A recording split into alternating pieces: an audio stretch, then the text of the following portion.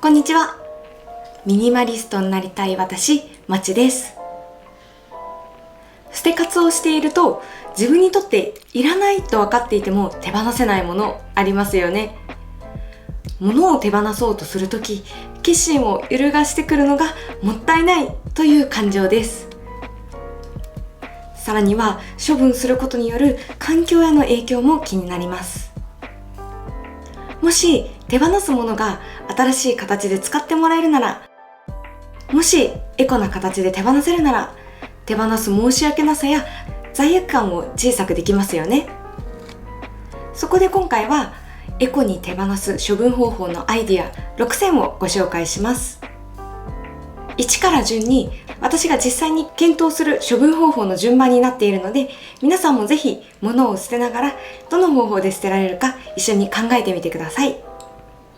それではスタートです。不要品をエコに手放すアイディア1つ目はフリマアプリです。物を処分するとき、私はフリマアプリで売れるかをまず一番最初に考えます。必要な人に譲れるだけでなく、何といってもお金にも換えられるところがフリマアプリのいい点ですよね。アプリとしてはメルカリ、ラクマ、ジモティなんかがあります。私はメルカリだけに絞って使っています。おすすめアイテムはとにかく人気ブランド、有名メーカーのものが売れます。ブランド物の小物や有名メーカーの電化製品、本、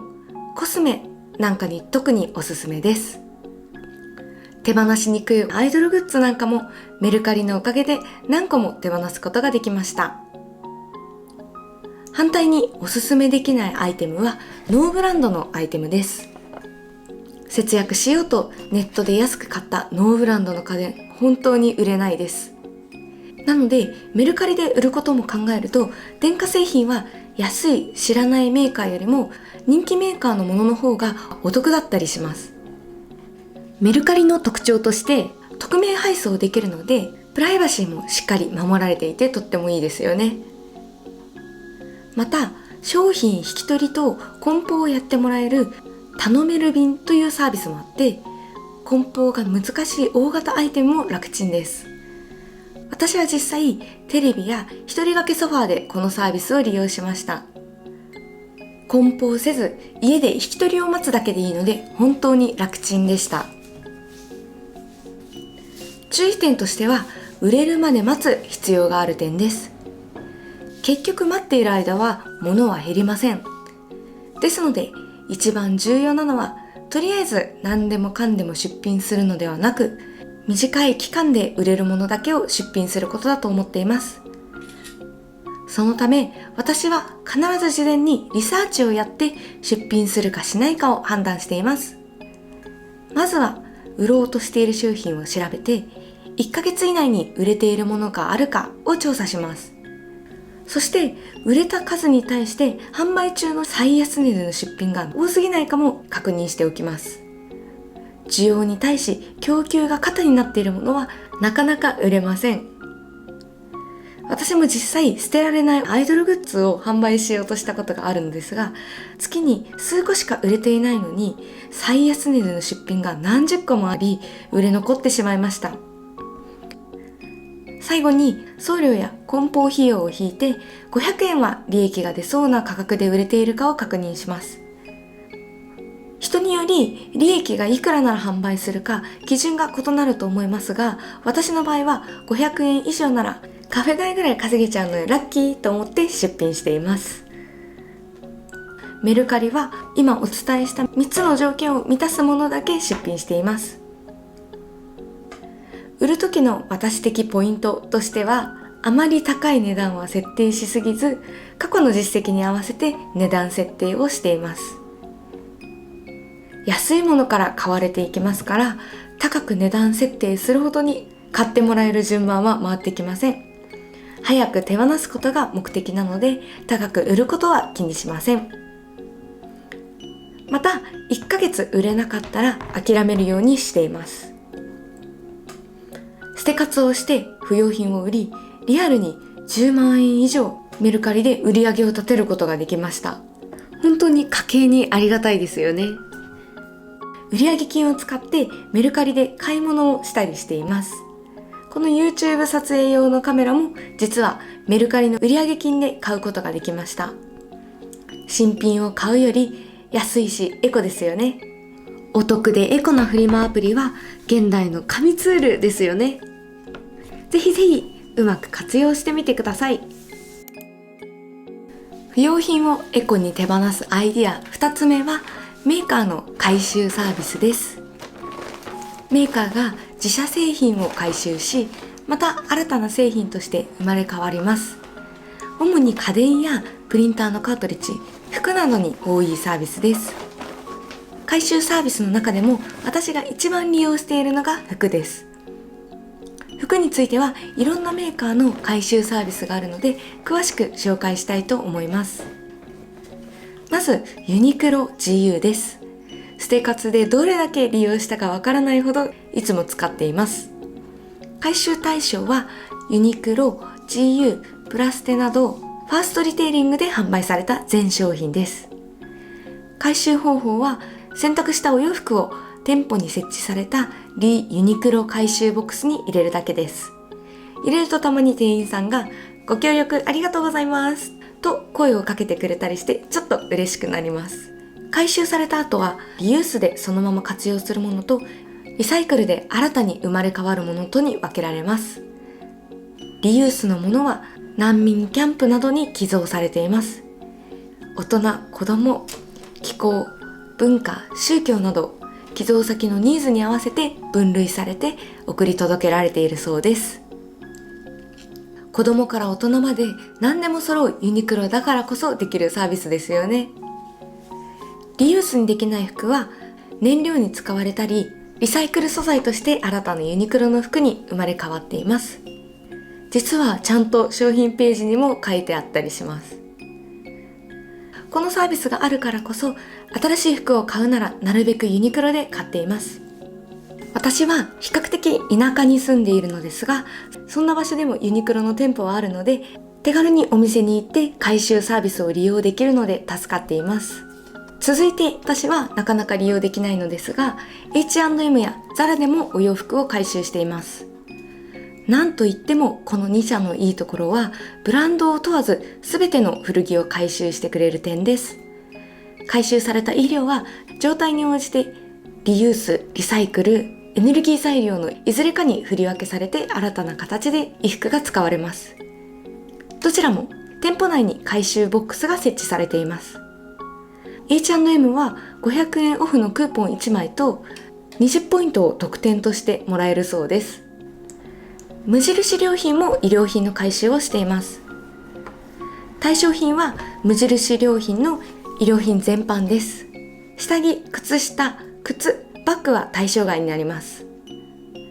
面白いのはまだ着ることができる服は日本で染め直して衣料品として再生して実際に販売するという取り組みをしている点です。藍色や黒などに染め直して染め直した服として一部店舗で販売されています。映像でしか見れていませんが一つ一つ味があってかなり素敵ですよね。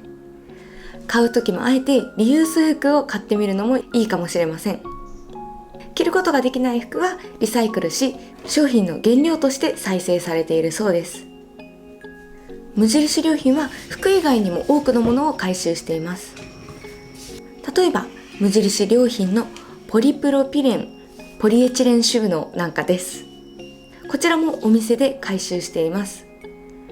基準をクリアしたものは中古品として再度発売され、基準に満たないものは粉砕洗浄した後、また新たな無印良品の商品に生まれ変わります。これも実際に販売されているんです。実は先日大量に服を捨てたことでポリプロピレン収納ケースが一つ余ったのですが、この回収サービスの存在を知らなかったので普通にゴミとして捨ててしまっていました。次は必ず不要な収納ケースはお店に持っていこうと思っています。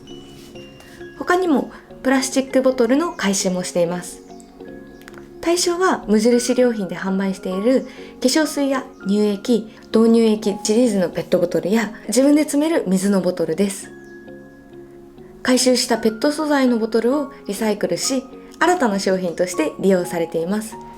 プラスチックごみが削減されることで石油由来の原料の有効活用につながっています。家電に関しては家電リサイクル法によりエアコン、テレビ、冷蔵庫、洗濯機、医療乾燥機の4品目に関しては販売店は引き取りとメーカーへの引き渡し、メーカーは引き取りとリサイクルといった役割分担をしてリサイクルを推進することが義務付けられました。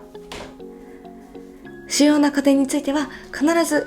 販売店やメーカーが引き取りリサイクルしてくれますので、私も買い替えの時は必ず利用しようと思います。他にもまだまだいろんなメーカーの回収サービスがありますので、ぜひ調べてみてください。不要品をエコに手放すアイデア3つ目は知り合いに譲るです。メルカリでも売れなさそうなアイテムは知り合いに譲れないかも考えています。新品のコスメや食品などで私はよくやっています。うっかり買いすぎてしまったおすすめのコスメだったり、色が合わなかったものは新品であれば友人におすすめだから使ってみないとあげたりしました。食べきれないほどもらってしまったり、ふるさと納税でゲットした大量の食品もよく家族や友人、職場の人にあげたりしています。ここで大切なポイントは押し付けないということです。自分にとって不要品ということは相手もいらないという可能性も高いです。勝手にあげるのではなく、必ず事前にこれが余っているんだけどいらないと聞いて欲しいと言ってくれた時にだけあげるようにしています。ちなみに日本人は断るとき角が立たないように曖昧な返答しがちじゃないですか。実際私自身も実は断るのが下手くそでよく失敗しています。先日会社でお世話になっている方に美味しいと評判らしいドレッシングをいただいたんですが、正直私普段ドレッシングは使わないのでそんな申し訳ないですし大丈夫ですみたいにオブラートに包んで断ったら、いいよいいよ遠慮しないでと言われて結局もらうことになってしまいました。いらない時はしっかり口に出して断ること、本当に大切ですよね。そしてあげる時も相手が控えめな遠慮をしてきた時には、もしかすると本当に欲しくないのかもと考えてみることも大切かもしれません。不要品をエコに手放すアイディア4つ目は寄付をするです。捨てたいものの名前、寄付と Google で調べると意外とヒットするんですよね。こんなものも寄付できるのという発見もあると思いますので、ぜひ調べてみてください。私が実際に寄付を検討したものをご紹介したいと思います。まずはランドセルです。使わなくなったランドセルをアフガニスタンなどに寄贈し、子どもたち、特に教育の機会に恵まれない女の子の就学に役立てる国際支援活動があります。ランドセルが学校に行くきっかけ作りになり、ランドセルを受け取った現地の女の子の中には、日本からのランドセルのおかげで勉強を続けることができたとメッセージをくれた子もいるそうです。自分の思い出のランドセルがこんな風に誰かの人生を変えられるような使い方になるだなんてとっても嬉しいですよね。中身にノートや色鉛筆などの新品の学用品を詰め込んで寄付することもできます。実際中学生の時に母がこの寄付を見つけてくれて、私も寄付をする予定でした。私にとってランドセルはもう二度と使えないのに、なんか愛着があって捨てられなかったので、こんな風に誰かのためになるなら喜んで手放したいなと思ったのを今でも覚えています。で、これは後日談なのですが、実は寄付しようとしたもののちょっと面倒だから後回しにしてたんですよね。そうするうちに時が経ち、皮が劣化してしまったために結局寄付できなかったんです。今でも後悔しています。なので将来自分の子供にはぜひ寄付しないかと声かけしたいと思っています。また他にも本も多くの市区町村の図書館が寄贈を受け付けています。私自身図書館を最大限に利用していて、買うのはなんだか迷うけど、もし図書館に置いてあるなら読みたいなという本がたくさんあるので、メルカリで売れなかった本も処分ではなく、こうやって寄付によって図書館の蔵書になってくれたら嬉しいですよね。他にもいろんな寄付があります。プチ社会貢献としてぜひ一度寄付に挑戦してみてください。不要品をエコに手放すアイディア5つ目は、違う形で使う、つまりリユースです。使わなくなったタオルは歯切れとして普段掃除しないような汚いところの掃除にガンガン使っています。とことん使って最終的にはゴミとして手放します。使い終わった歯ブラシも家中の掃除に使っています。読み終わった英字新聞は物を送る時の梱包材として使ったりします。グッズとして買ったタオルや T シャツ、クリアファイルもタンスの奥底にしまったり鑑賞用にしたりするのではなく、ちゃんと着て使い倒してから処分しています。まあこれが本来の正しい使い方なんですけどね。ただし、なんとか他の形で使えないかと無理やり工夫して残してしまわないよう注意してください。これは私の失敗談なのですが、買ったものの結局使っていなかったペットボトルホルダーがあって、もったいないから何かに使えないかと工夫した結果、ハンディモップの収納ケースとして使っていたことがありました。でもどう考えても収納ケースはなくても大丈夫。むしろ取り出しにくくて邪魔ですよね。ペットボトルホルダーは結局処分することになりました。このようになくても大丈夫なものを取っておかないよう気をつけましょう。不要品をエコに手放すアイディア6つ目は、処分して反省するです。